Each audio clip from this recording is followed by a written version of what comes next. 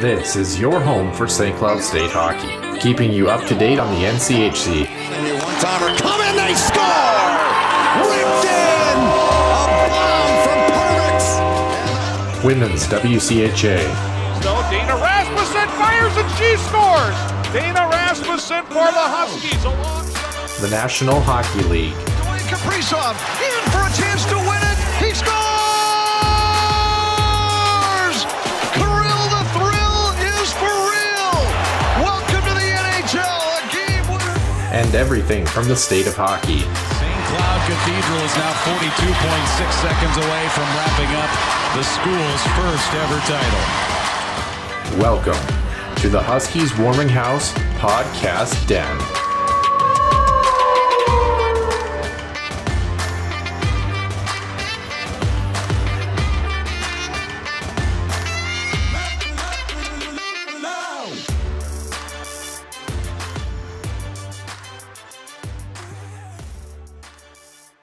And welcome into episode number 99 here on the Huskies Warming House podcast. We are one episode away from a milestone, or whatever is potentially a milestone. I don't really understand why it's a milestone. It's just a big fancy number with 3 digits. But speaking of threes, St. Cloud State men's hockey, 3 games on the docket, and not a bad little weekend for our men's hockey team to claw back into the NCHC standings.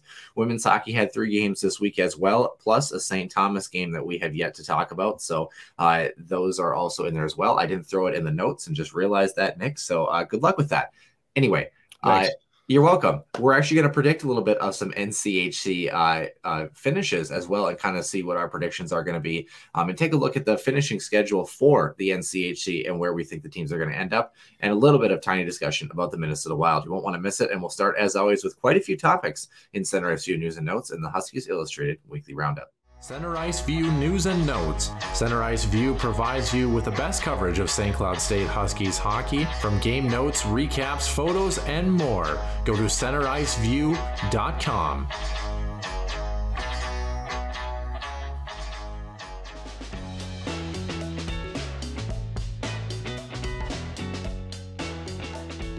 As you mentioned on Center Ice View News and Notes, men's team definitely had a very busy schedule this week. 3 games, 1 on Tuesday, part of the makeup game against Minnesota Duluth, and then the normal weekend series against a very good team in Western Michigan. A couple of ties, and then a Saturday night win. So how about that, right? A little bit of a breakdown, right? Duluth, first 40 minutes, not great. Down 2-0 going into the third, but able to come back. A late tying goal by Spencer Meyer. A very good overtime period, but ultimately it was Miettinen that won it in the shootout for the St. Cloud State Huskies to knob that extra NCHC point, although in NCAA records, again, officially a tie. Saturday, excuse me, I keep thinking it's Tuesday, Friday again. Let's actually go back to Friday, right? Yeah. Holy cow. This was a race to 5, but ended up being a race to 6. Both teams going back and forth. In this game, defensive coaches, I'm sure, were pulling their hairs out. End up being yet another tie. Huskies, I thought, actually, later on in that game, I think controlled a lot of the tempo. Just really couldn't get, that over-the-top goal, either in regulation, the overtime, and the Broncos ended up winning it in a shootout. Again, a couple of really nice shots, actually, here by the Broncos. And then Saturday, a much, much more calmer game, as we can say it, right? Just an overall chess match. Huskies break through, and then the game started to open up after that.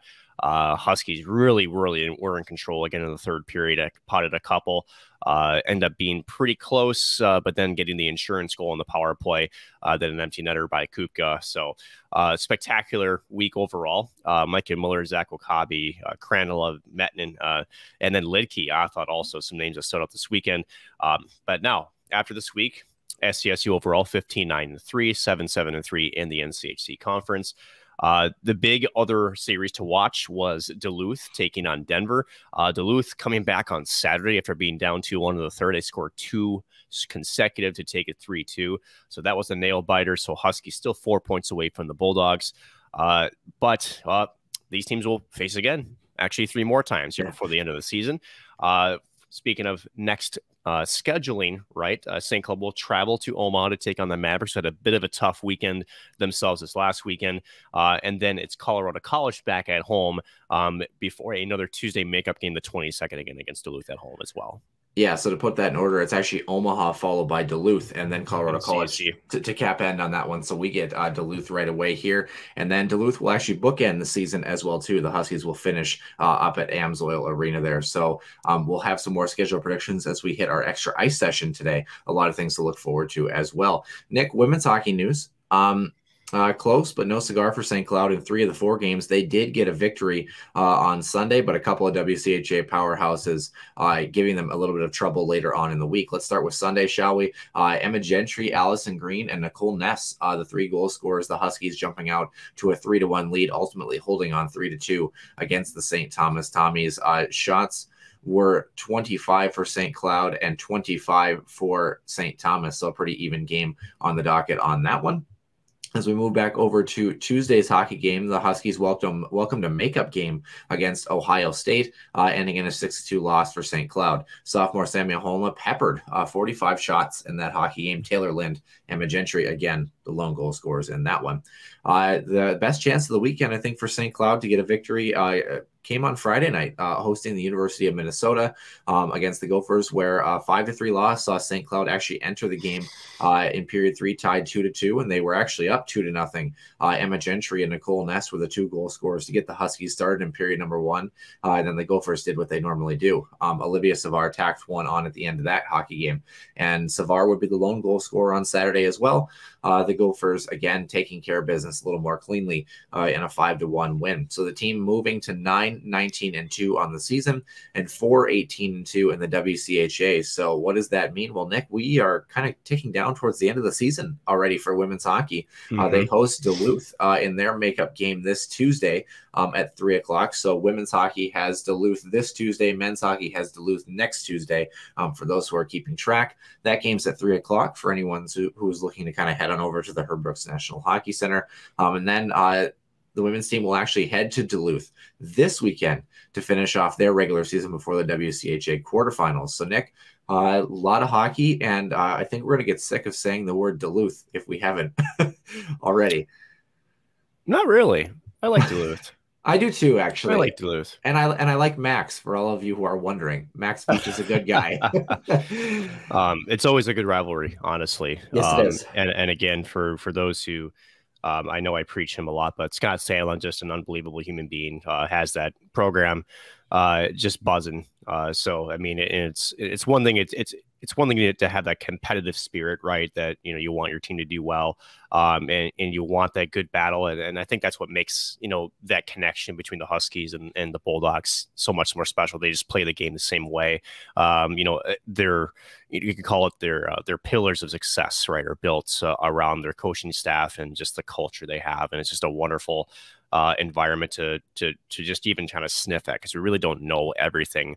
From the conversations I've had with Scott Stanton over years, I mean, it's a wonderful human being, and it's so nice to be able to, especially if you're like a high school hockey player, to know that you have options and you can go to programs that are very close around the state that have, programs that not only make you a better hockey player, but also make you a better person too. So I think that's, the big thing. Especially with that connection too with Brett Larson and Scott Sandlin too. I think that kind of just increases in, the interesting, piece of that. Obviously Brett, part of a couple of those national championship wins and a couple of runs as well too, and carrying that over to St. Cloud and making St. Cloud arguably one of the strongest teams in college hockey as a result too. So it's good to see Minnesota hockey grow. And yeah, I mean, I totally agree. I think there's other NCHC teams that we don't care for much, a little bit less, but we'll get into that later. Exactly.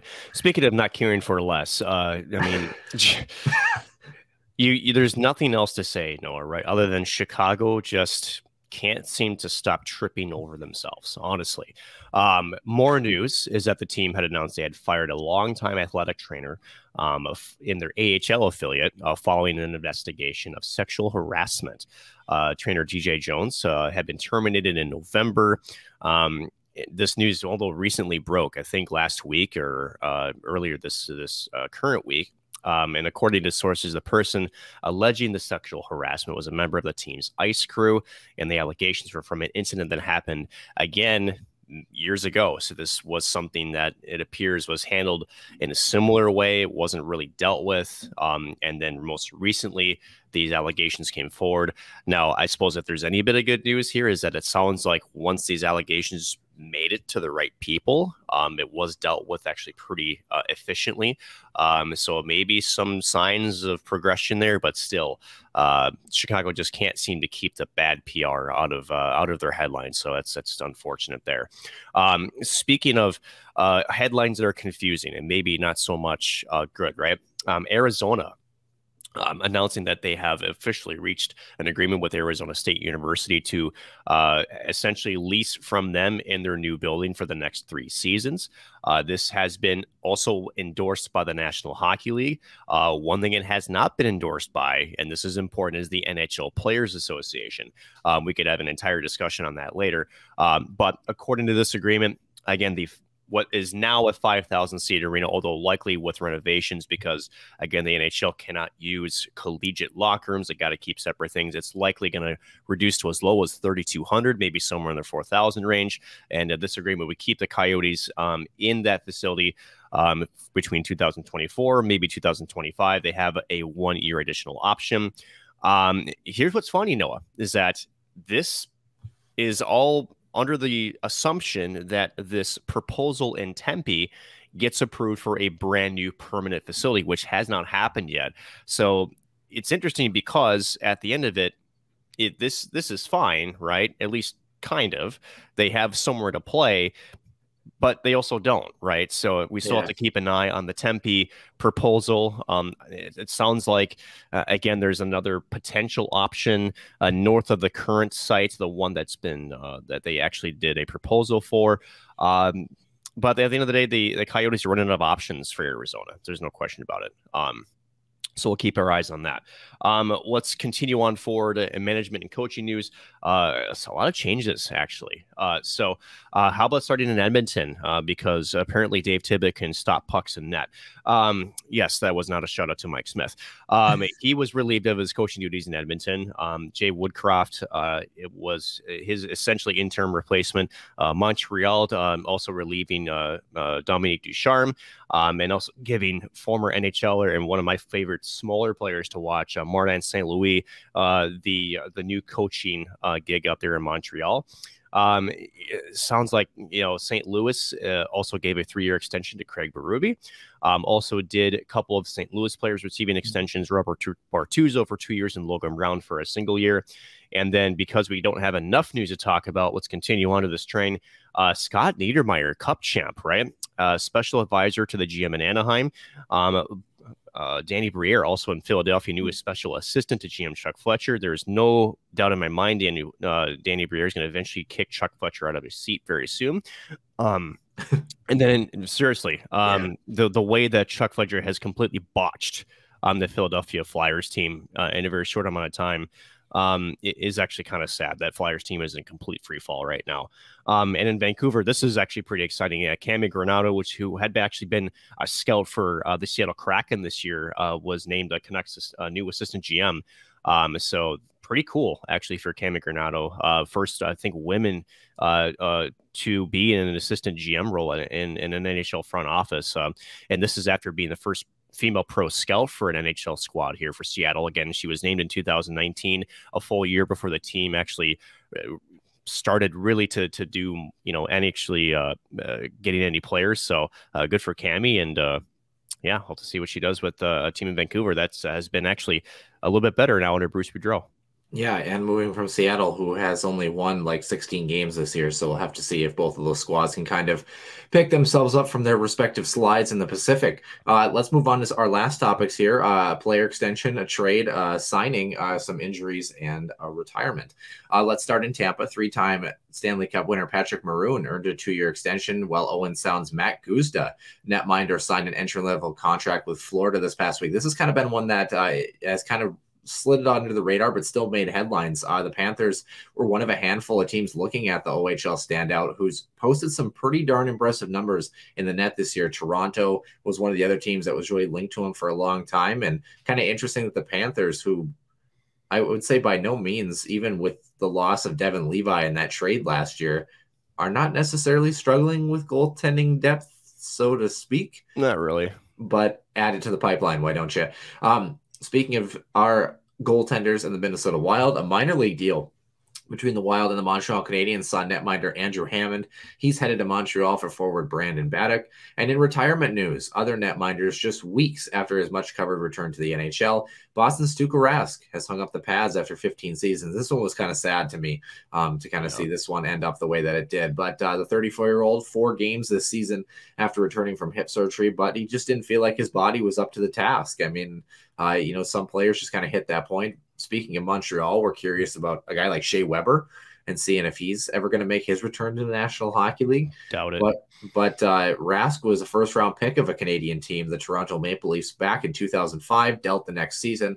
But he appeared in 564 games for the Bruins.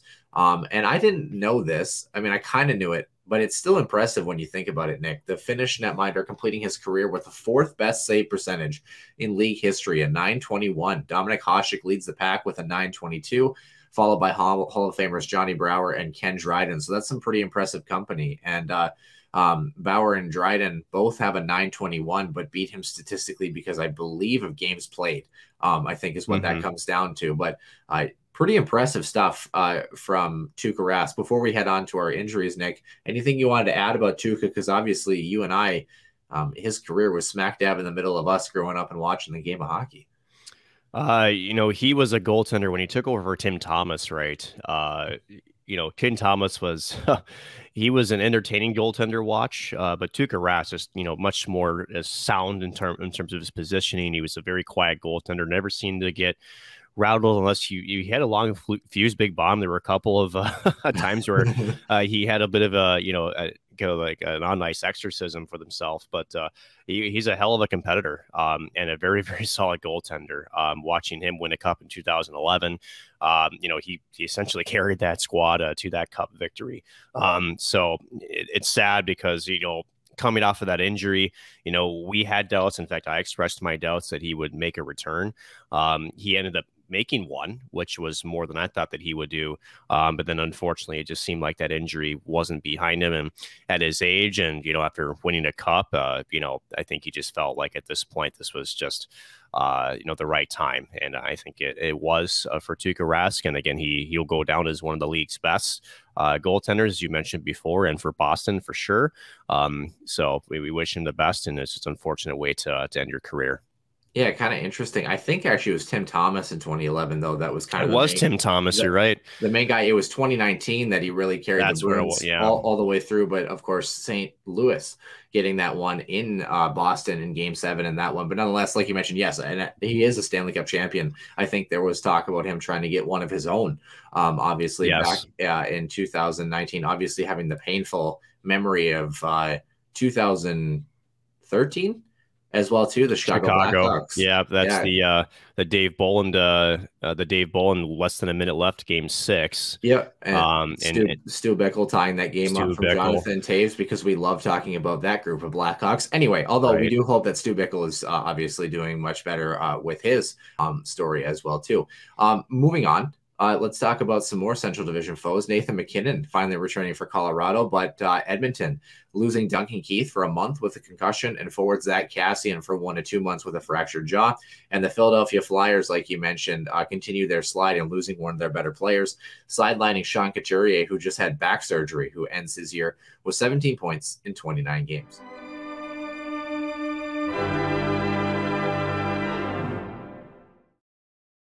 And welcome in episode number 99, the Wayne Gretzky episode here on the Huskies Warming House podcast. We're going to start, usually we start with trivia, but we are going to start with some women's hockey here. But before we get to that very quickly, Nick, you were working the Western Michigan games and the Duluth games this week in terms of Huskies hockey. How was that? And how was the rest of your week when you weren't at the rink 24/7? Busy. This was a hell of a week. Shocker. Yeah, right.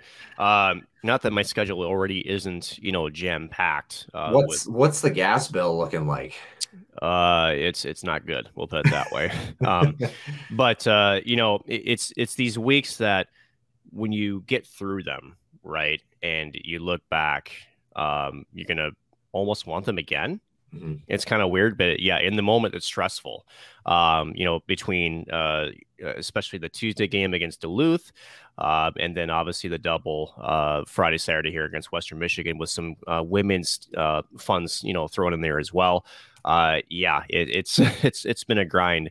A little bit of a break this week, although we start prepping for what's going to be essentially our senior night special coming up here for HP and for the seniors on the ice here. So it just doesn't get not much of a break, even though they're not playing at home this week.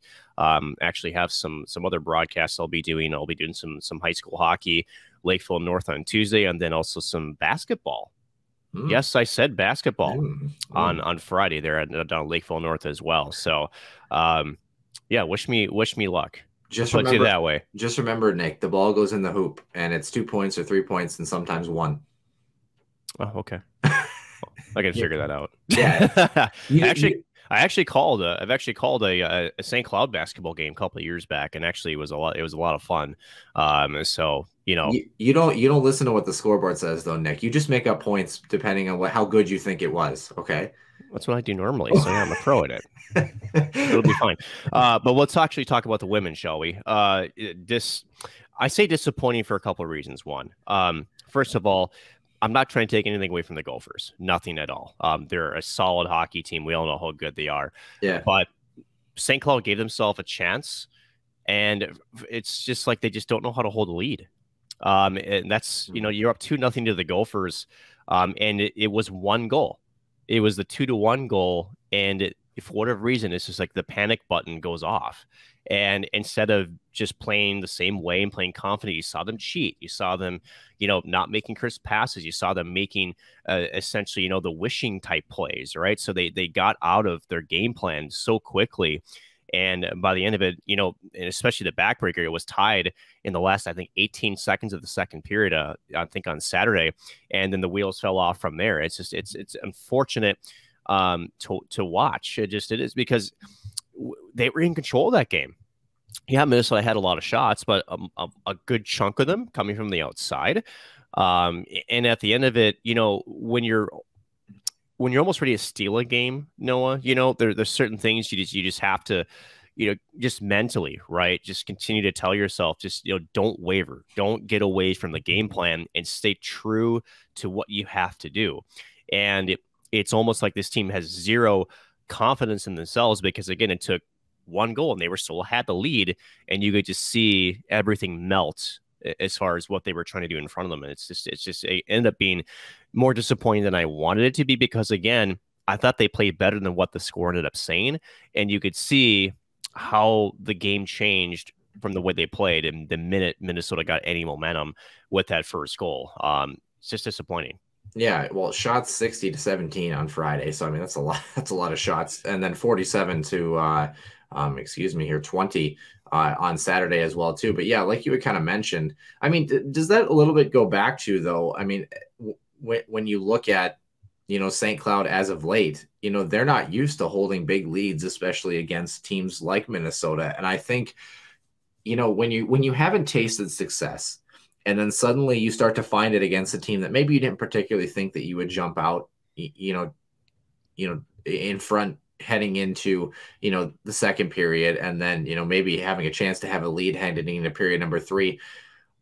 I just feel like experience, like winning teams learn what it's like to win, and that's fair. But here, I'll make this point. I mean, the Huskies in history, I believe it's either 3 or 5 total games that this team has beaten the Gophers, and half of them came in 2010. Here's my thing though. And maybe this is a bit out there, but when you're part of a squad, and yes, part of it is this team has not had a great run these last, few years. I get that. But when you're a college athlete and you're winning, to me, it's it's a decision to let's put it this way. When you're up 2-0 and the first goal goes in, what ended up happening was you could see everything collapse. And instead of going to the girls, hey guys, we're fine. We still got the lead. Let's continue to truck along here. It looked like they just said, well, here we go. And their shoulders slumped. Their brains essentially turned off, as far as to play the game. And it just seemed like they felt at this point, okay, that was fun. And now here comes the big bad Gophers. And this is how they're going to score 8-9 straight. I got that feeling from watching them on Friday. And a little bit on Saturday as well. It's just like, yeah, I think statistically Saturday was a little bit better in terms of shot suppression. But Nick, I mean, you got to go back to this. I mean, let's go with Friday, period number 1. Shots 23-6 in favor of the Gophers, 22-5 in period number 2, and 15-6 in period number 3. I mean, that's just, as you know, that's not a recipe for success against any team. Doesn't have to be the Gophers. No. I'm going to throw this out here. And we love Steve, and he's a great guy. But the Huskies, 3 games left in the regular season, plus the WCHA quarterfinals. His contract's up at the end of the year, Nick. And this team right now, as we take a look at them, is not doing too well. 9-18-2 on the season. Is he in jeopardy of a regime change here, Nick? I think so. I think there's the record itself isn't great, but again, it's not just about the record. It's how are you playing?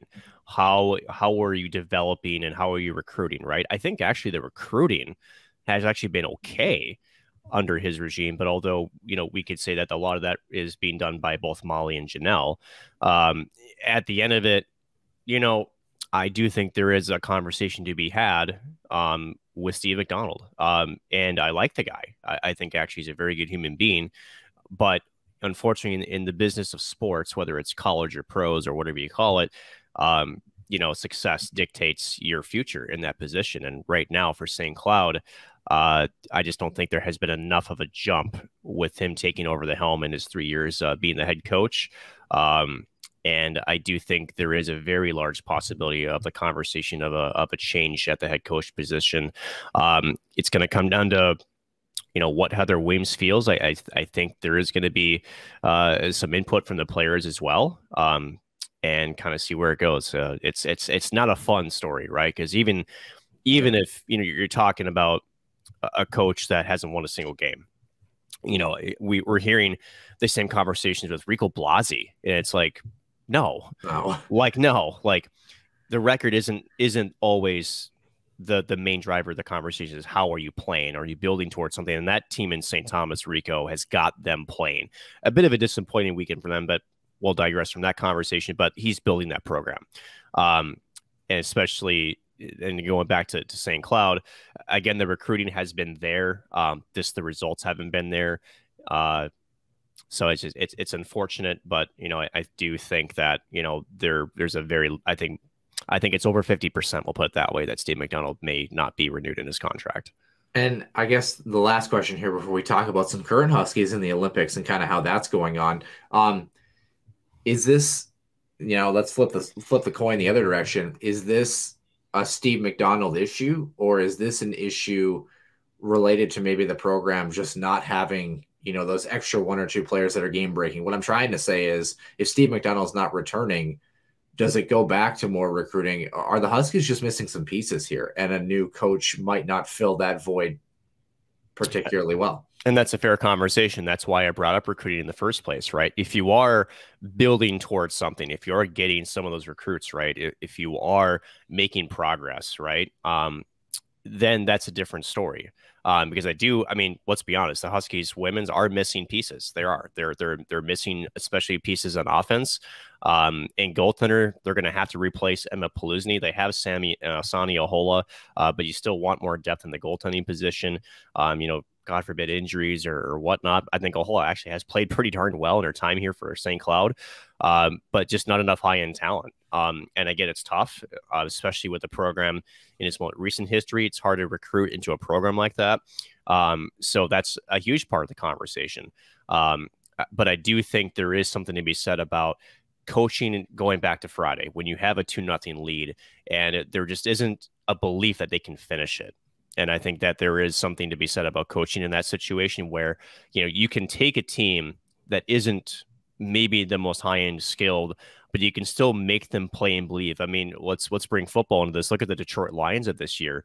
That team didn't have the greatest of seasons, record-wise, but I'll tell you, I tipped my cap to them almost every single Sunday because that team played their hearts out. In fact, in a meaningless game in Week 17, although half of Green Bay starters were out, guess what? They played hard, and they end up winning that game on paper against a depleted Green Bay team. But hey, they never took the foot off the gas, and that was actually very admirable to see. You don't see that with this Husky squad, and I do feel like that's a lot about buying into the coach, the system, and the belief system. And I believe there is maybe some missing pieces there, and that is 100% on the coach and maybe even the coaching staff as well. And speaking of missing pieces, the Huskies, for the women's side, we were missing two of their biggest scorers on the season, Clara Himmelova for the Czech Republic and Nina Nuland for Sweden. And they, of course, are both at the Olympics right now. Clara Himmelova, 4 games to her credit. Her Olympic campaign is done with a single goal, no assists. Same with Nina Nuland in 5 games played, the same marker, a single goal and no assists on that one. How do we get there, Nick? Well, let's take a look at some group results. How about the surprising effort for Japan this year? What a great entry for Group E for them. 9 points in their 4 games played, followed by the Czech Republic and Sweden, who are the 3 teams that punched their ticket to the medal round. China just missing out by a single point. Good to see them get a couple of points there. Yeah, I thought that they played all right too. And Denmark coming back with 3. I thought Denmark was going to have a little bit of a stronger campaign than they did. In Group A, of course, all teams from Group A making the medal round, but it was Canada, followed by the U.S., and then Finland, ROC, and Switzerland were all tied at 3 points apiece. So pretty obvious who dominated that particular group. And obviously the big one was Canada and the U.S. that a lot of people had their eyes on. Don't care what you say, though. We had our eyes on all the teams because women's hockey deserves to be in the Olympics. We're going to just leave it at that one, I think. Yes, but that one. Let's take a look at the medal round, shall we? Like we mentioned, Japan, Sweden, and the Czech Republic making the medal round. And last Tuesday, the preliminary round ended. So it was the women's playoff quarterfinals, the U.S., a 4-1 victory over the Czechs on Friday. And then Canada, 11-0. This one wasn't close. In the playoffs in that one against Sweden. And then Switzerland beating ROC 4-2 and Finland beating Japan by a score of 7-1. So what does that all mean, Nick? It means that tomorrow on Monday, Canada will get Switzerland and the U.S. will get Finland to see who's going to head to the bronze and gold medal games. That gold medal game is going to be on Thursday, bronze medal game going to be on Wednesday. I think, for being honest with ourselves, Nick, U.S. and Canada probably heavy favorites. Very much so. To make the gold medal game, but crazier things have happened. But again, we got to see the U.S. and Canada match up a little bit in the prelims. If the U.S. and Canadians do meet this upcoming Thursday, who takes it all? Ooh, I like the U.S. I'm not going to lie. I just like their speed. I like the youth that they have. It did appear also that goaltender, Pasquale, which I believe was in the World Juniors too for Canada, he didn't look very particularly well. There's a couple of goals I thought he maybe wanted back in their game against the U.S. early.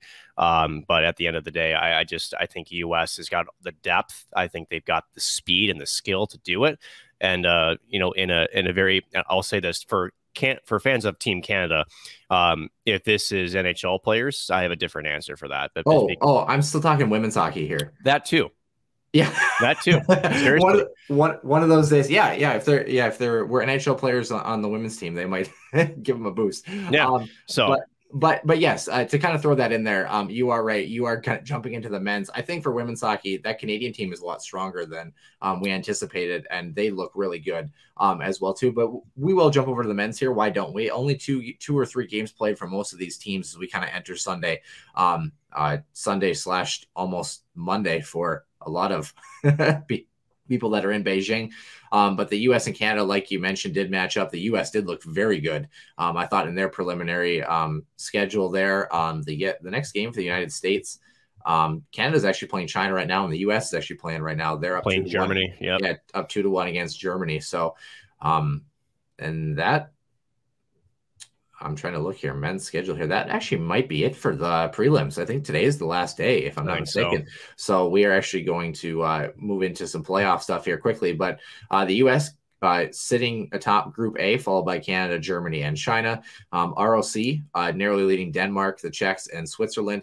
And then Finland leading Sweden, Slovakia, and Latvia, who has yet to get a point in this tournament. So yeah, men's hockey. Sam Henches, I don't believe, has played yet. If I'm actually looks like he's in right now. Yeah, this might be his first game, and then Nick Perbrooks, of course, has been in the lineup as well. So we'll kind of keep an eye on that one. I think we'll talk a little bit more about the men's side probably next week, because we should have more of a definitive answer going on there. So let's move on to our St. Cloud State Huskies and some men's hockey here, pretty much from here on out. Although the Minnesota Wild were back in action. One quick blurb about Minnesota and the Wild. Clunker on Tuesday. Marcus Foligno exits the lineup. They respond against Carolina, get the 3-2 victory. Maybe would like to see them keep that lead extended a little bit last night against Carolina. But what did you like from Minnesota? What didn't you like in the past week coming off the All-Star break? Didn't like the Marcus Foligno knee to the head. I wasn't particularly happy about that. On the same token, I like the intensity he plays with, just that extra shot, being out for 2 games, and granted, that's his first ever suspension. Normally, Marcus Foligno's he plays hard, but plays clean. So I didn't care for that. A little rust from the All-Star break. They weren't like terrible, but definitely was rusty. But a really good matchup yesterday against Carolina. Watched the highlights when I got home from the Herb Brooks National Hockey Center last night. And oh boy, Carolina, they're good. Really, really good. And both teams, I know, post-game complimented each other quite a bit. How about that shot by Svechnikov yesterday? Whoa. That was nice. And for people who are like, how did that goal go in? That release was so deceptive.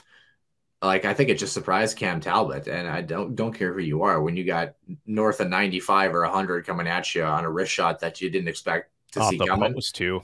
And it was perfectly placed, It's gorgeous. And I think that's the one thing too. You talk about that 7-hole, it's above the pad, below the blocker, and again off the post and in. And when you're coming in, on his essentially glove hand side, and it's backhand forehand, and then it was off his stick in a matter of like a quarter of a second. And as you mentioned, just a deceptive release. And when you get that much wood on the release too, my goodness, that's for any goal setter, that's a tough shot to handle. What do the Wild do with Kevin Fiala at the end of the year, Nick? Well, that's assuming he stays. Wink, wink. So should Bill Guerin try to make that happen? He's making the case to, isn't he? Because I think for those who are looking for a center and JT Miller, it's not going to happen. And the reason why I say that is Vancouver, not far out of a playoff spot. Funny, with Bruce Boudreau coming in and kind of resurrecting, what that team has done. And I've always liked Bruce, but I also feel like Bruce is one of those coaches where he definitely has an expiration date per se. Vancouver right now sitting 5 points out of the Pacific spot. Let's actually bring up the wild card spots here just a second. I have it right in front of me here, Nick. So in the West, Vancouver is 5th in the wild card chase. Anaheim. Yep. So to speak, they're 5 points out. So same team that they're chasing in the Pacific there for that final spot. So they have a chance. Now, the one thing is, can't do it. How does they're going to have one more, I would say, big run where you string 8 of 10 in there to probably have a good look at it. Here's the problem: they don't have time to evaluate that. They don't have time for that. So the question is going to be for the new Vancouver regime is, do they believe they can do that? And that will dictate whether or not that's where they feel they could go. And do they instead hold on to assets, or do they feel like, okay, this thing with Bruce is okay, but we're not playoff contenders. Maybe we do end up maybe selling a piece or two to get some draft capital per se. Yeah. So going back to Minnesota, does Minnesota have the means by which to hang on to Kevin Fiala? I think that's the better question. I think all Minnesota Wild fans, especially at this point, and this was a long time coming, I think Kevin's underlying statistics said that he was due for a breakout this year. Yep. Does Minnesota have the ability to retain number 22? Oh, it's tough, right? Because there's so many other questions on this hockey team as well. Because here's the big question. The bigger question thing is Matt Dumba. And the reason why I say that is, $6 million per year next year. His replacement, who is Kalen Addison down there in Iowa, he needs a top 4 position to be successful.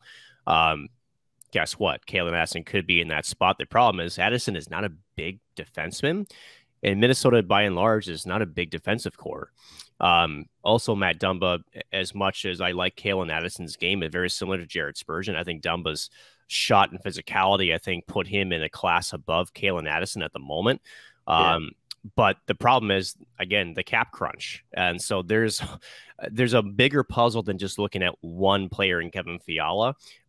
Obviously, you want to hang on to him if you can, right? I think the mantra has changed from, what do, does he a trade piece to how do we figure this out? And unfortunately for the Minnesota Wild, good for Kevin Fiala, his scoring, he's been on a freaking torrid pace. He's making that conversation much less appealing and much less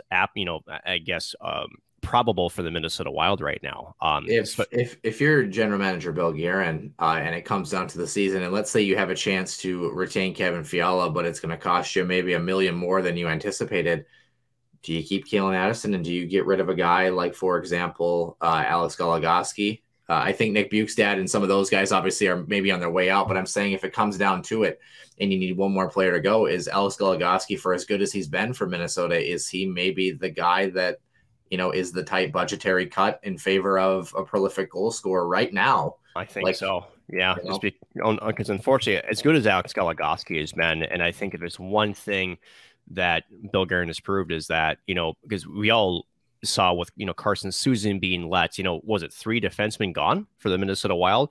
And we all thought, oh God, half of the defensive corps, this is going to be an absolute mess this season.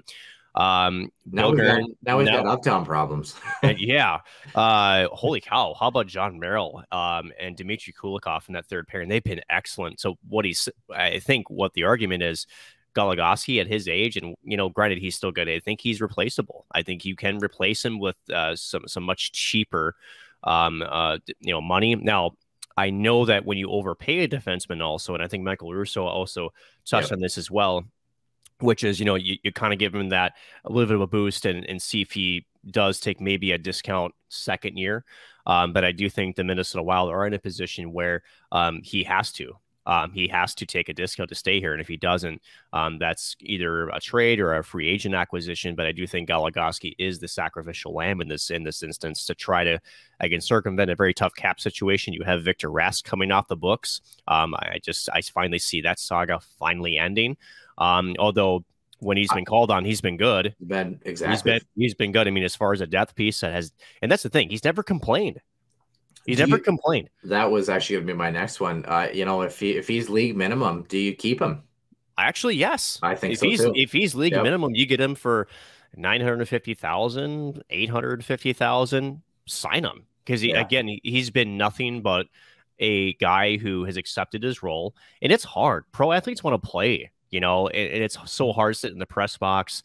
It's hard going in and out of the lineup is, the way that he's done it. And again, when he's been in, he's contributed. Has he been, super fantastic? No, but he's been serviceable and he's contributed on the point sheet.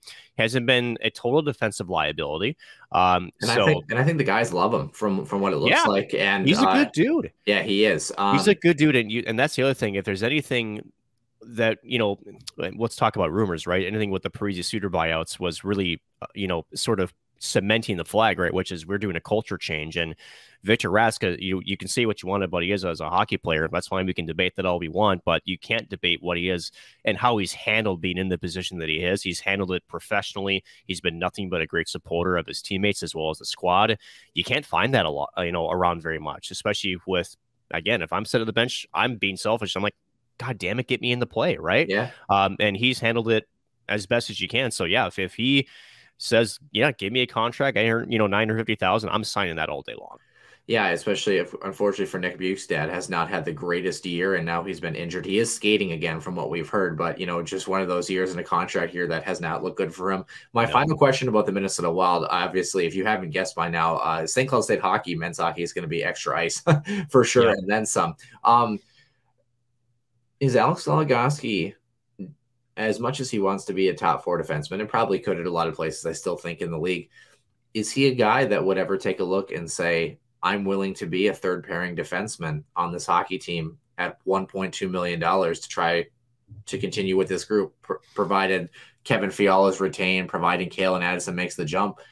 Do you think he ever considers something like that? I think he will be forced to, honestly, with his age. Not the best skater, obviously, just because he is aged a little bit.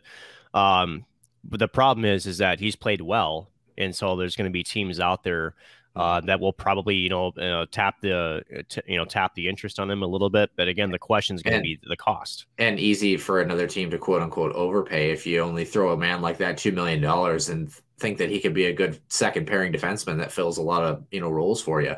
Right. So the other question is too, what does Alex Galagoski want? Again, a Grand Rapids native.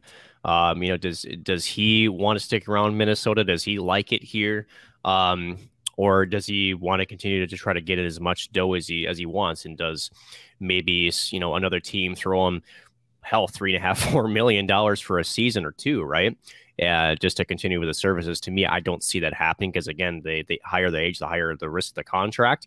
But at the end of it, I do think there's a very good chance that there is something to be discussed with Bill Guerin and Alex Galagoski. Question is, can they come to an agreement that works well for both the cap for him and and for Galagoski? So it's interesting, but again, I think you're right. From the original point is, if you can't get those numbers to align, then I think Alex Galagoski will be a free agent and looking for another team to play for. Speaking of numbers and lines, let's take a look at Minnesota's schedule coming up this week. They host Detroit. Gets busy. They host, it actually looks like a normal NHL schedule again. They host Detroit coming up tomorrow on Monday. They head to Winnipeg on Wednesday, and then they host Florida on Friday before a 4-game road swing on Sunday, Tuesday, Thursday, and Saturday. That one's all in Canada: Edmonton, Ottawa, Toronto, and Calgary, before some time off before hosting the Flames to cap off, or to start the month of March, I should say. So we are heading into crunch time here for the Minnesota Wild, but we'll head on over ourselves to the extra ice session. We're going to talk a recap, of course, of the men's hockey 3-game set they just had, and a little bit of predictions for the NCHC.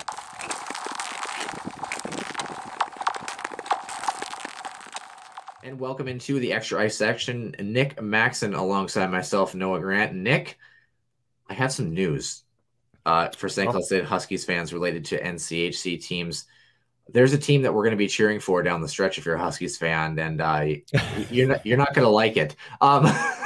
Well, they will if they want home ice. Yeah, that is fair. But how did the Huskies put themselves in this position? Let's back up to Tuesday, shall we? St. Cloud was about 20 minutes away from imploding. Yep. This season, found a way in period number 3 against the Bulldogs, who were up 2-0. Spencer Meyer able to cap off the comeback in the waning minute of regulation, so to speak, to get the Huskies knotted up at 2, and then St. Cloud wins it in a shootout. By the way, Kevin Fitzgerald is a man with a smooth set of mitts. I'm just going to put it that way. He didn't have the game winner, but boy, good leadoff shooter. Same move both nights. And of course, as we know, Nick, the Huskies come back in period number 3, and the shootout had zero controversy whatsoever. It was totally clean, and nobody was upset about it. So I wasn't upset. Yeah, for those of you who haven't gotten a chance, check out MNCAA and the Twitter sphere that surrounds that related to the non-call. I think, do we want to touch on it a little bit, or are we kind of over it? I feel like I'm over it. I think we're over it, but I think the bigger, I think the one thing we haven't touched on is the shootout goal, because there was a lot of inflated controversy that I didn't think it actually was necessary. Yeah. So I guess if we're going to start there, Nick, from your perspective, you're sitting at the booth in Stewart Hall in St. Cloud. You watched it live before the play was ever determined. What was your original thought? Goal. Yeah, I thought and again, that's without seeing the overhead. And granted, when you're in the studio in Stewart Hall, I've got a monitor in front of me. It's about the size of a 55-inch television screen, but it's got 17 camera feeds on it. So what's lucky for me, and when you, and maybe this is a bit of a television insider, when you're building your post game, right? Those clips, I'm the one that's picking those clips. So you're basically producing the entire show. Which is kind of cool. But looking at that in real time, I thought the puck's own momentum carried it in. Yeah. When I saw the overhead, especially, and again, great job by our crew, who does put these together and is actually able to get these looks. Now, granted, overhead looks a little bit easier to grab since the camera's fixed in the same position all the time.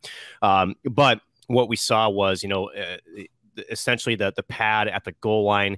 The pad didn't look like it was firmly set, and it also looked like that the stick, it was one-handed. I don't think that there was any pushing motion. I think it was just a continuous the continuation, I should say, of the play itself. And honestly, I thought it was a goal all day. They took a very long look at it. It's starting to doubt myself. And granted, for those who are wondering, yes, the NCHC does have camera angles that even we don't have access to. They do have the ability to tap into our feeds, and I know they were looking at quite a few of them, but at the end of it, they made the determination that indeed was a continuous play, and there wasn't any sort of secondary help from either the stick of Crano to push that puck in. Yeah, it's kind of a weird thing, because if you go back to let's say there's another example where you have a goaltender who lays the paddle down and the paddle is nowhere near anything else. You have a shooter who comes in and is shooting, and as they're following through, the puck is spinning along the blade of the paddle, but the shot is coming through. I still believe that that's a goal, if I'm not mistaken, provided that it's a continued follow through in that play. Just because the puck touches a pad,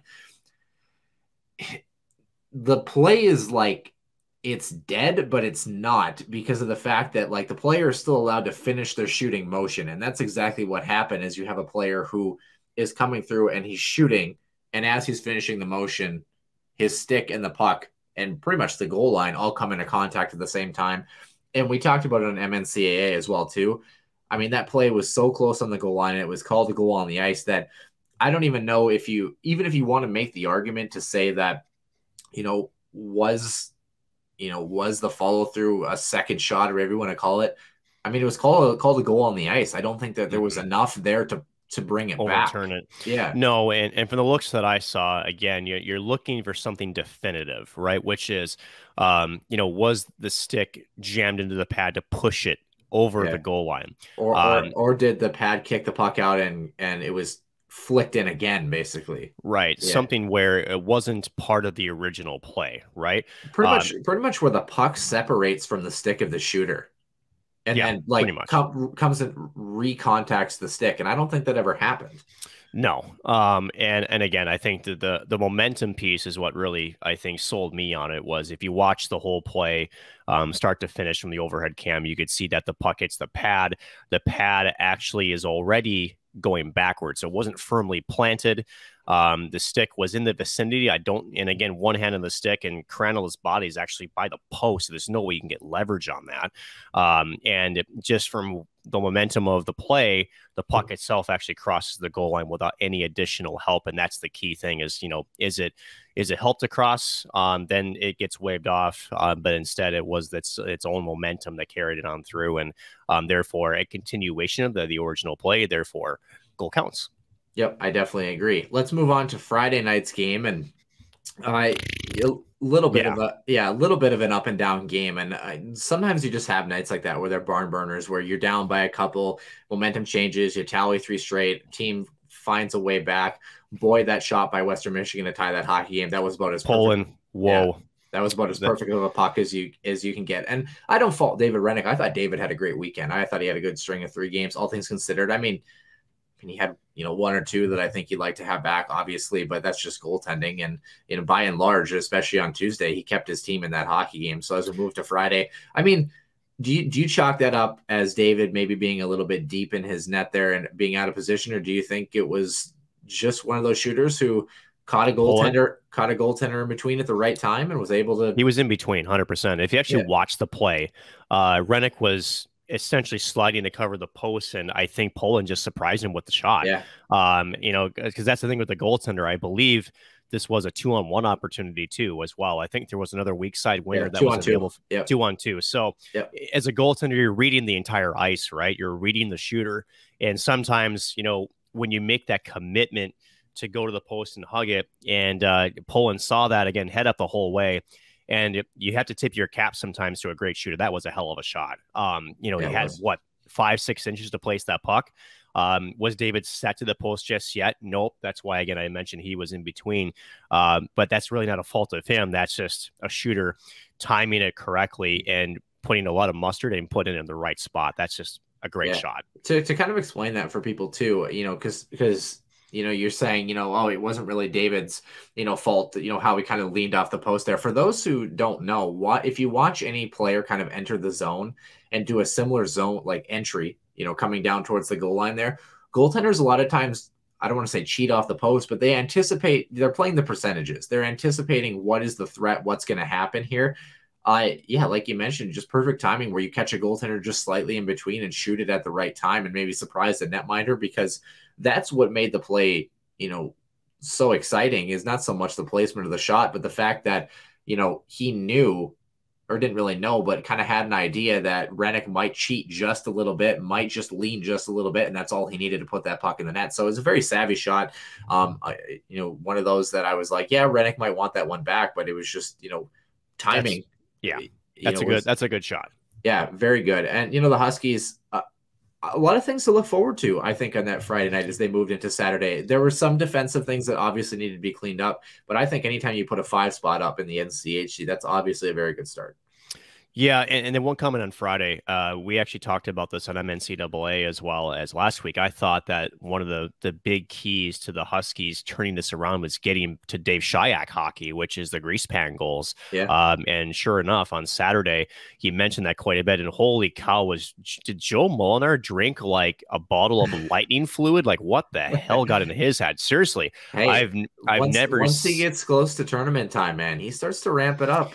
It's one of those curiosity questions, right? When a player who, he hasn't been really that kind of flashy in his career. He's had some good moments, right? I mean, he had the game tying goal against Mankato again in the Frozen Four semifinal, but largely he's been an okay role player. Yesterday, he was visible. He had some swagger yesterday, and it almost made me think, did someone sit down and have a chat with him? Like, dude, like, we need more from you. Like, we need this then I'll tell you what, that fourth line, Rocco, Salquist, and Molinar, we talked about how important that fourth line was for the Huskies' success last year. If they can replicate that fourth line play, that is what's going to turn this around for St. Cloud, honestly. And how big was the weekend, slotting back in for Aiden Spellacy for Thomas Rocco? I felt like, on Tuesday he had an okay game, but wasn't particularly, enamoring. And then, Friday was tough for him. Yeah. And then came back and, slotted back in and, really kind of carried the mail. And that's kind of been Thomas Rocco. That's kind of been his, thing, is that he'll kind of be up and down. I think, hopefully throughout the rest of this year, we'll start to see that consistent piece where he can become maybe that role player that the Huskies need so desperately.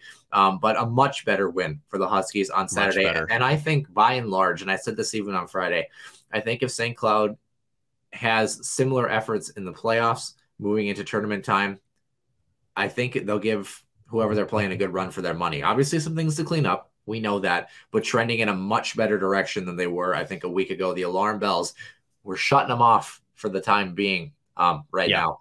But I want to throw the trivia question out here, Nick, because we haven't gotten to it yet, and it does concern some men's hockey. Your face, you're like, oh, yeah, we haven't. So St. Cloud, 2 ties last week. That puts them to 3 ties on the season, all in the second half. They were technically on their longest winless streak in almost 2 decades until they were able to get a victory last night as well, too. So kind of interesting. Thanks to Mahoney for that one.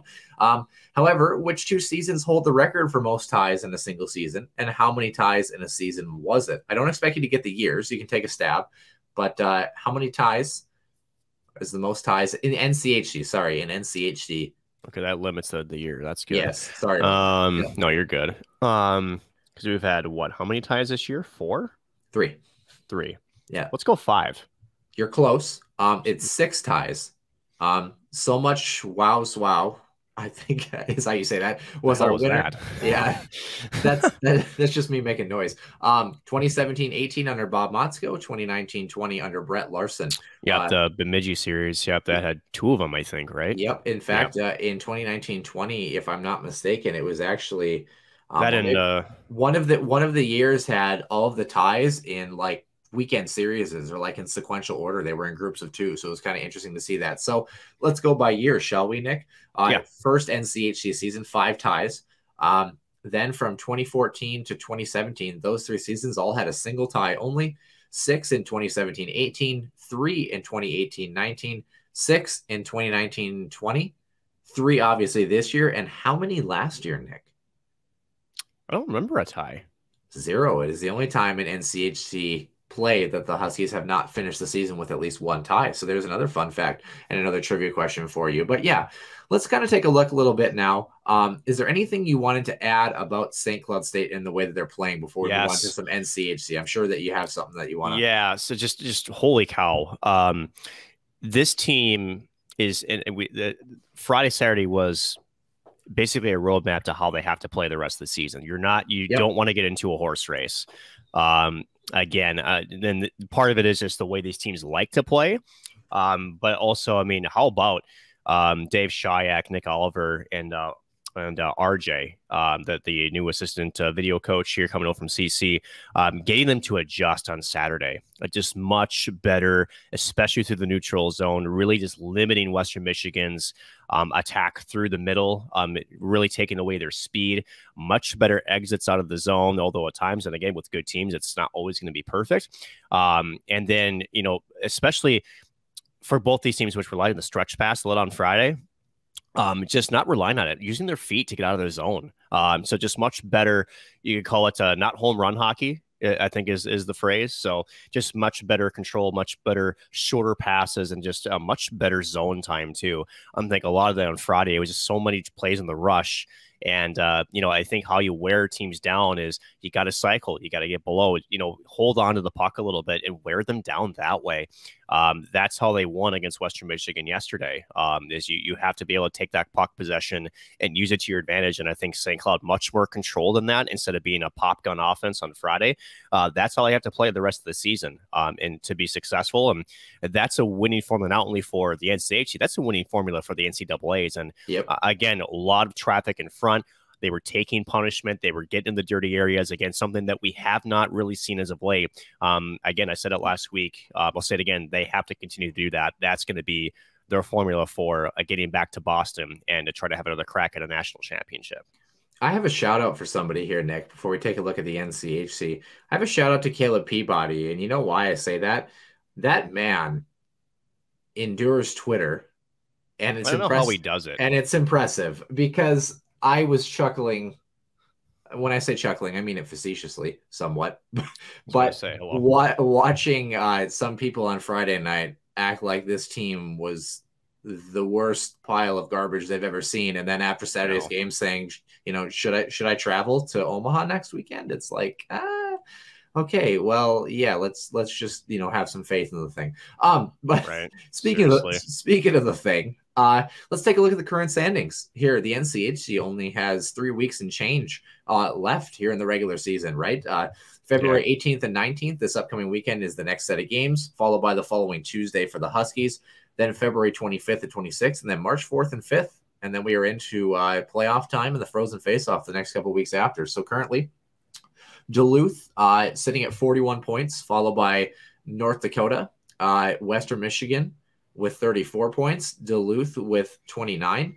Did I say Duluth first? It's Denver. It's Denver, North Dakota, Western Michigan, Duluth, and then St. Cloud with 25, Nebraska, Omaha with 19, CC with 14, and Miami with 12. All teams except for Duluth and St. Cloud have 6 games left, so 18 potential points for them, 21 potential points for the Huskies and Duluth with 7 games left on the docket. So, Nick, St. Cloud State, they will likely have home ice, I think, if they can take 6 of 9 points from Duluth in any fashion. Just looking at what Duluth's final schedule is coming up. I think if the Huskies can take what will be amounting to 2 wins against the Bulldogs, they'll put themselves in a good spot. But it's going to be close here.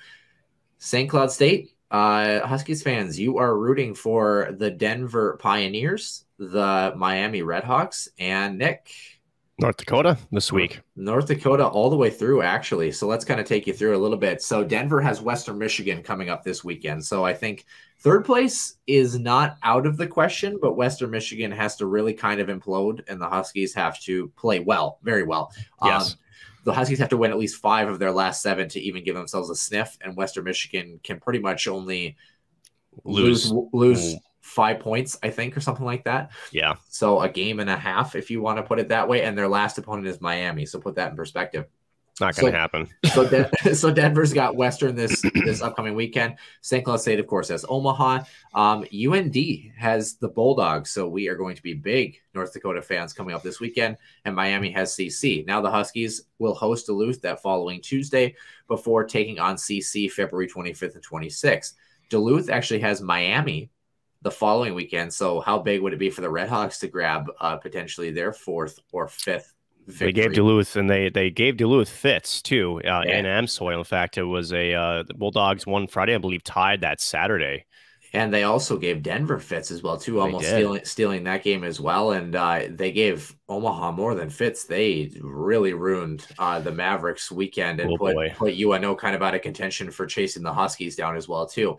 Denver has Omaha coming up that weekend, so I would say Denver, root for them just because Denver is so far away from the pack and keeps UNO off the Huskies' heels. And North Dakota has Western Michigan. So again, maybe favoring North Dakota because we're not going to catch them there on that one. And then the final week of the regular season, Nick, Miami's got Western Michigan, so go Redhawks. Nebraska, Omaha has North Dakota, so I still think you're cheering for North Dakota. You're keeping UNO off the Huskies' heels there, and potentially keeping North Dakota away from a matchup with the Huskies by continuing to win. St. Cloud has Duluth, of course, and then Denver has CC. So I'd say Pioneers because CC is a little bit closer right now. Then week after that is the NCHC playoffs, and the week after that is the Frozen Face-Off. So, Nick, I have some pairwise stuff, but I want to start with the NCHC. The Huskies, where do they end up to start off? Really, if you want to go down the line, what do you think your final predictions are? Where do the teams end up 1 through 8? I don't think they change a single bit. Okay. And that means Huskies stay 5th. And that's tough. That's tough for me to say. It really is. North Dakota's a great team, but they're without Jake Sanderson. They had actually a pretty good showing against CC themselves this year, but this last weekend, but it's CC. CC is still a rebuilding program under Chris Mayotte. I think they will be much better the next season. I don't know. I feel like the Huskies, they haven't, to me, shown me enough consistency as of late to really give them the belief that they can do it. Now, with that being said, going into Amsoil in a best of 3 for the first one, the NCHC isn't the worst thing in the world. Because again, as you mentioned, the one place or the 2 places you definitely don't want to go is either, let's say 3. You don't want to go to Kalamazoo. You definitely don't want to go to Ralph, and you definitely don't want to go to Magnus Arena.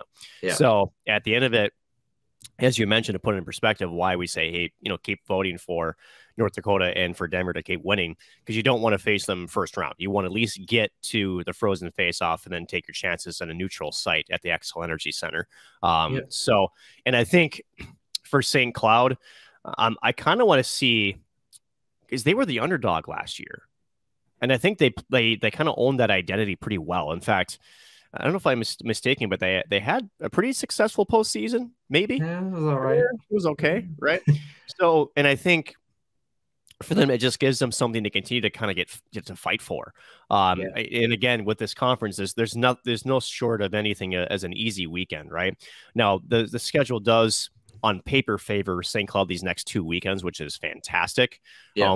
Definitely have to take care of business against Omaha. There's no question there, on the road at Baxter. And then, again, that one-off at home against Minnesota Duluth before welcoming in the Tigers of CC before finishing up at Duluth. So you have opportunities there to fight for that 4th spot. I just feel like, if you ask me this question next week and we swept Omaha, I might change my answer. But right now, I'm not quite convinced. I think it's exciting. And the reason I think it's exciting is because think about this. The path to the NCAAs, the path to NCHC home ice, the path to playing well into the NCHC frozen faceoff, should the Huskies make it, it all goes through Duluth, Nick. I mean, think about that. It really does. Think about knowing that 3 of your last 7 games, you control your own destiny in a lot of senses by specifically focusing on one opponent. It's not often in college hockey that we get to say that, where we have this multi-weekend, multi-game battle with, hey, a tune-up where the Huskies have tasted a little bit of time in a national championship game.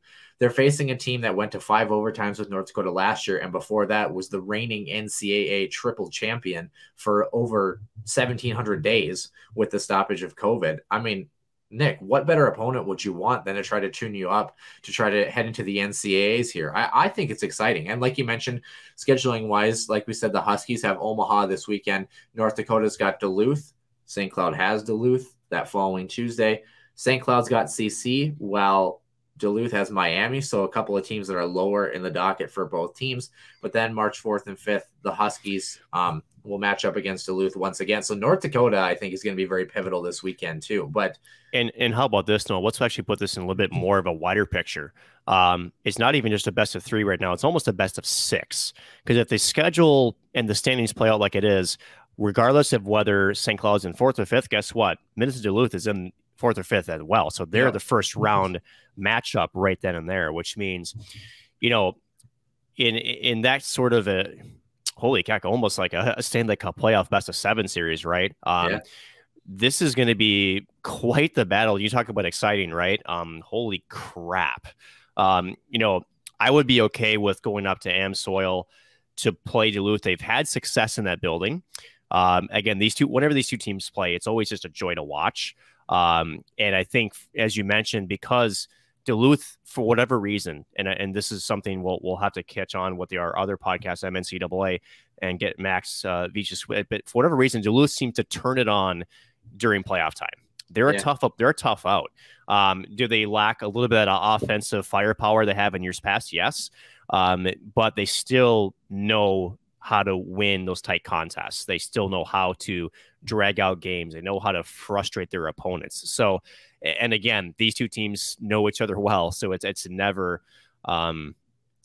easy. And then more recently, Duluth thought that they had essentially killed the Husky season. And I forget who we interviewed on Tuesday after the game, but basically they said in the second intermission they had a come to Jesus moment. They said it right on air, and basically said, you know what, we're down 2-0, but we got to find a way, and they did. It wasn't a win, but they avoided the loss, and again for the pairwise implications this weekend, and then getting that win against Western Michigan, that was an absolute lifesaver for this squad. I'm not sure they move up. I don't think they move down by any means. How about this too, where it's like, St. Cloud, quite honestly, could still get Duluth in the first round of the NCAAs too. I mean, depending on the pairwise and the way. Holy cow! So I ran some pairwise calculations, Nick, and I don't know how accurate they are, but there are some pairwise calculators that let you. You and math have never been great. No, they haven't. But we took a stab at it. Let me kind of. You took a stab at it. I did. So Nick, from what I understand from my very horrible math, and computers that are trying to help me, if St. Cloud loses all 7. They will be roughly 20th in the pairwise. So let's not do that. So they would be out. Yeah, if they lose 6 of 7, they will be 16th. So again, effectively out. For those who are wondering, you want to be about 11th or 12th to give yourself at least a good solid look at. If St. Cloud loses 5 of 7 with only single wins against Colorado College and Nebraska Omaha, so they split each of those weekends and then get swept by Duluth, they'll be roughly 13th. If they lose to everyone, but just sweep Duluth 2 games at the end, they are 12th. Okay. If St. Cloud loses 4 of 7 with only single wins against CC and UNO again, and just 1 win against Duluth, they will be roughly 11th from what my math is serving me. So you want to talk about how pivotal trying to take 6 of 9 points from Duluth, not only for home ice, but for pairwise standings, and just playing the way that you know how to play against CC and UNO. The Huskies quite obviously control their own destiny, heading down the stretch here. It's going to be an exciting finish. Now, Nick, as we head into this weekend, right? You got Nebraska Omaha, who I got to be honest, this was a weekend to really kind of close the shutters on the window for Nebraska Omaha. Obviously losing both Friday and Saturday night, getting swept by the number 45 team in the country in Miami, 4-2 on Saturday, and Friday's score was they lost on Saturday. I think they played, maybe it was Thursday. Yes, 5-4. Yeah. Miami. That always confuses me. You're heading into a Nebraska Omaha team that has not had the best season, is probably a little emotionally drained after what just happened last weekend. But we also know another team that was a little emotionally drained coming into last week, and that was the St. Cloud Huskies. So what do you take from the Huskies rebound and fighting with their backs against the wall, so to speak? How do you take that and counter a Nebraska Omaha team that in some senses is really fighting for the rest of their season in the NCHC and maybe the pairwise? Well, again, it's when it's how you respond to have your backs against the wall, right? St. Cloud showed that they can come together on Tuesday and at least have a fighting chance. But this is what makes the NCHC conference so different than other conferences, is that, yeah, we can give shade to Miami and CC for not having the season, but hell, Miami and CC have had good weekends, right? Just not a lot of them, but that shows you that the parity there is still not that big. And there's still a chance that you can be beat by these teams. So yeah, is it further season for Omaha? Yeah, because the pairwise, they're flirting. I think they're 16 or 18. They're somewhere in that realm. But either way, right? You're still trying to put yourself in the best position to continue to move forward in your season. And this is for, I think, UNO, this is probably the weekend that you either are going to make a conversation that you belong in the NCAA playoffs, or maybe not. This is huge for him. So the thing with St. Cloud is you can't worry about the other team's position, right? You got to worry about your own. So I think, and maybe this is not updated. What did we say? St. Cloud was 15-9-3 in the season. These are updated right now. Looking at the pairwise right now, St. Cloud has jumped to 8 here. So they are currently sitting at 8. North Dakota is still at 10, which is still mind-boggling to me, the way that works. You're talking about Omaha. They dropped to 22, Nick. Oof. So they're at 22. They're actually behind AIC right now. So never heard of them. Kind of taking a look. If you go from 16 down, it's Clarkson, who had a really good weekend against UMass. How about that one? And Quinnipiac. Yes, Quinnipiac. Why was I saying UMass? But Northeastern, UMass Lowell is at 14th very quietly. Ohio State and Notre Dame tied at 12th. North Dakota, Michigan Tech, who I believe Michigan Tech had a loss last night. I think they did too. Massachusetts and St. Cloud, ironically enough, both tied in that 8th spot. How about that, huh? And then 5th place is a 3-way tie between Duluth, Quinnipiac, and the Gophers, followed by Western and Denver, who are tied, and then Mankato and Michigan to round out those top seedings there, Nick. So the Huskies have a chance to really control a lot of things, moving forward here. I'd say, if anything, you got to get 4 of your last 7. You got to go above 500 when it comes to your 100%. Last 7. That's just your initial start. If you can get 5 out of 7, I think you're going to be more than fine. And Huskies fans, darn it, enjoy the ride, support the team. We're going to be right there with you. It's okay. And you know what? I believe in this team 100%, but if for some reason the world implodes, hey, the tee times are just a little bit earlier, and that's not such a bad thing either. But the Huskies, they're going to do it. They're going to be fine. It's going to be good. Nick, anything else to add for episode number 99? Yeah. So, no matter what happens, again, Husky Productions will be there on site. So, which means is if they are home, we'll be there to broadcast that opening round. We've got 3 regular season home games left, correct? That's it. Yep. So a week off technically for HP, even though we're prepping for a very senior heavy weekend the following, again against CC. But then depending on the home seating, right? If we are in the 4th place position, we will broadcast that best of 3 against whoever would be our opponent. Likely again Duluth. The math just seems to have destiny written on these 2 squads yet again. Oh, I mean, they only met 7 times last year, Nick. Right. Now, if we are in 5th, as I have sheepishly predicted, I predict them to be in 4th. By the way, I never added that, but I think the Huskies are going to do it. But anyway, Then we will be in Amsoil. That'll be me, I think Rachel, and then a few other folks. We will be providing updates throughout, just like we had last season. So, and then obviously, you know, if they do take care of business 4, 5, or 7, they end up getting the call of the NCAAs. So we will be on site. We will travel wherever they go. Hopefully not Fargo. Fargo's not been great to this squad in the NCAAs. If it goes out east, I'd be happy with that, honestly. You know, we'll be there. And then again, if they end up getting back to the Frozen Four to Boston, we will be there as well. So we'll have all the coverage. And again, you know, Noah will obviously here in the podcast keep everybody up to date with our analysis and breakdown. So this is playoff hockey. This is what we look forward to in September and October when the season starts. And, you know, it's the roller coaster, as you mentioned. You know, enjoy the ride. Huskies are okay. They're fine. You know, but again, and to Huskies fans' point, you know, every game now, you know, it means a lot more because again, you're everybody panic. Exactly. So it's fun either way you either slice it. And how about this? For Huskies fans, I pros and this. If they don't love this roller coaster, imagine being a team like our fan of Maine. Yeah. Or imagine RIT. RIT, where, you know, these last 5-6 years, and this team has been so talented. They've had runs, yes, have some of them ended in very early fashion, right? I've never known people to complain so much about a top 10 to top 5 team in the country. Like And I think, you know, to the fans' point, it's the apathy, right? It's they see the talent. This team has never won a national title, and I think it's part of its Minnesota sports fandom where we feel like, you know, it's a flash in the pan. When will the other shoe drop? Yeah. And at the end of it, well, the other shoe drop, and it's like we have 1 year of success, and then it's 10 years of disappointment, and we're not even in the conversation. And so I think there's a little bit of that too, that kind of plays into it. But no, this team has been competitive, and they've been a joy to watch. They've been a joy to cover. Again, every season's a roller coaster. It's never perfect. I mean, again, go back to last season. It was actually getting our butts kicked in Duluth that kind of started essentially our trend through to the national championship game. It was a bad showing, and it was the same conversation that we had just this last week. So again, it's been a joy to cover this team.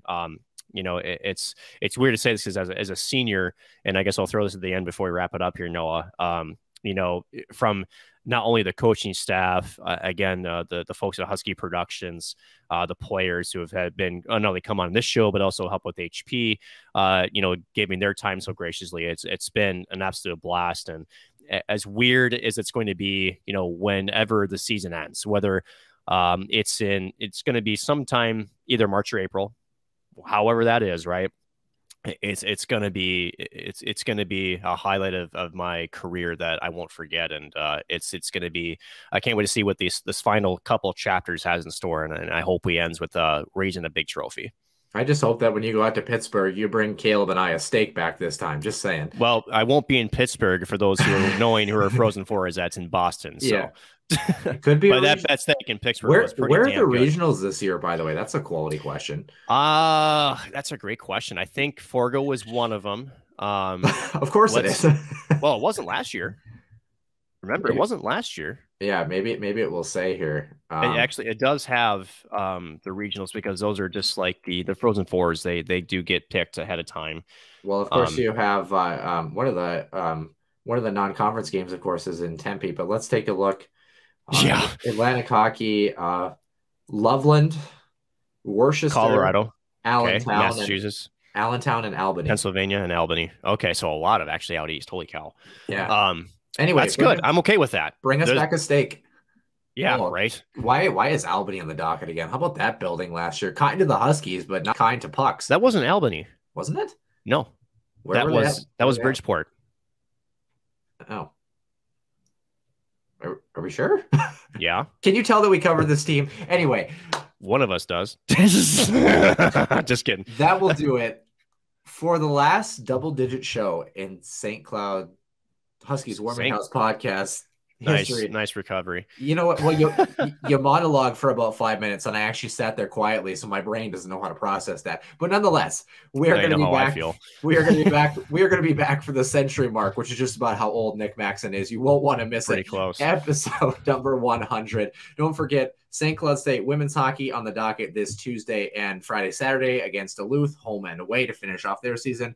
Men's hockey traveling to Omaha, then hosting Duluth, then hosting CC, then heading to Duluth to finish out the regular season for the respective teams. The Minnesota Wild still playing hockey as well. The Olympics going on. That's it. That's it. That's all we're going with. We will see you soon here. For Nick Maxon, I am Noah Grant, and we will catch you soon here in the den.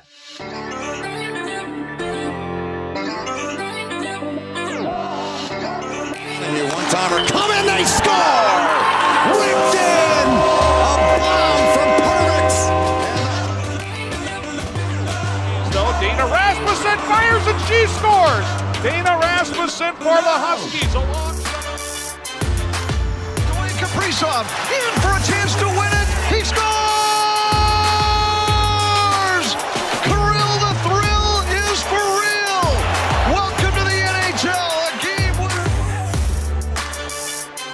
St. Cloud Cathedral is now 42.6 seconds away from wrapping up the school's first ever title.